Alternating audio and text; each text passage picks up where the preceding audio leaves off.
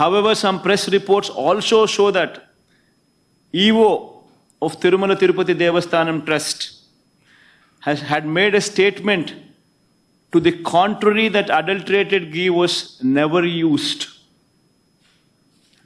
7వ point, it is submitted that the statement made by the EO to the effect that adulterated ghee was never used to prepare laddus. 10th point, it could thus be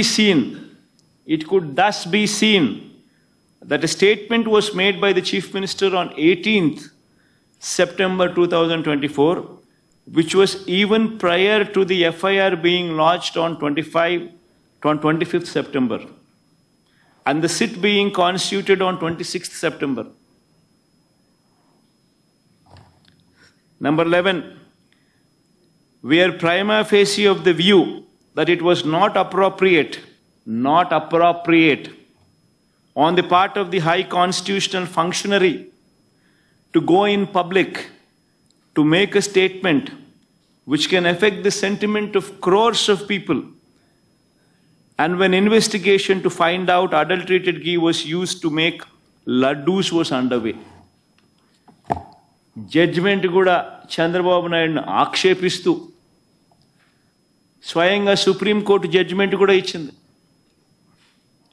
ఓ పక్క మీ EO మీరు చెప్తా ఉన్న దానికి విరుద్ధంగా చెప్తా ఉన్నాడు అని ఒక వైపున అంటూనే, రెండో వైపున ముఖ్యమంత్రిగా ఉన్న వ్యక్తి 18వ తారీఖున సెప్టెంబర్ 18వ తారీఖునే తాను స్టేట్మెంట్ ఇస్తాడు. ఈ స్టేట్మెంటు FIR రిజిస్టర్ చేయక మునిపే, సెప్టెంబర్ 25వ తారీఖున FIR రిజిస్టర్ చేయక మునిపే ఇచ్చాడు. సిట్ కాన్స్టిట్యూట్ అయింది 26 సెప్టెంబర్న. 26 సెప్టెంబర్ కన్నా ముందు తాను FIR రిజిస్టర్ చేయక మునిపే ఏకంగా ముఖ్యమంత్రి అనే వ్యక్తి సెప్టెంబర్ 18వ తారీఖునే తాను స్టేట్మెంట్ ఇచ్చాడు అని కూడా చెప్తా ఉంది. చెబుతూ ప్రైమా ఫేసి ఒక ముఖ్యమంత్రిగా ఉన్న వ్యక్తి ఇట్ ఈస్ నాట్ అప్రోప్రియేట్ అని చెబుతూ ఇలాంటి public statement which can affect కోట్ల మంది భక్తుల సెంటిమెంట్ని ఎఫెక్ట్ చేసే విధంగానూ ఇలాంటి స్టేట్మెంట్లు ఇవ్వడం దారుణం అని కూడా చెప్తా ఉంది ఆక్షేపిస్తూ.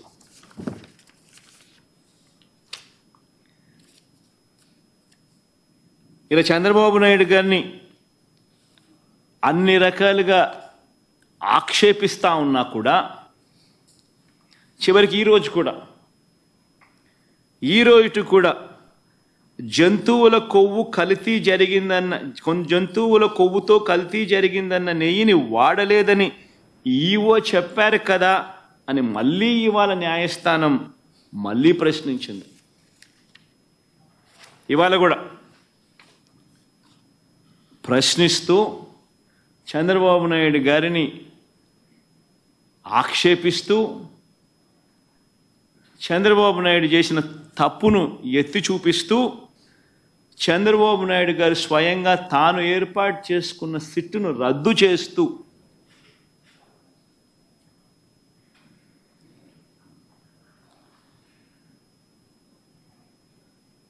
సుప్రీంకోర్టు స్వయంగా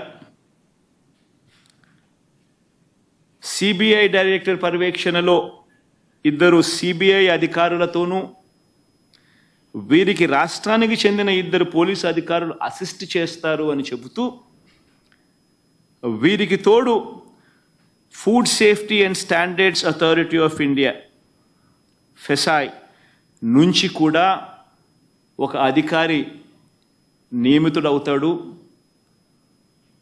నియమితులై వీళ్ళు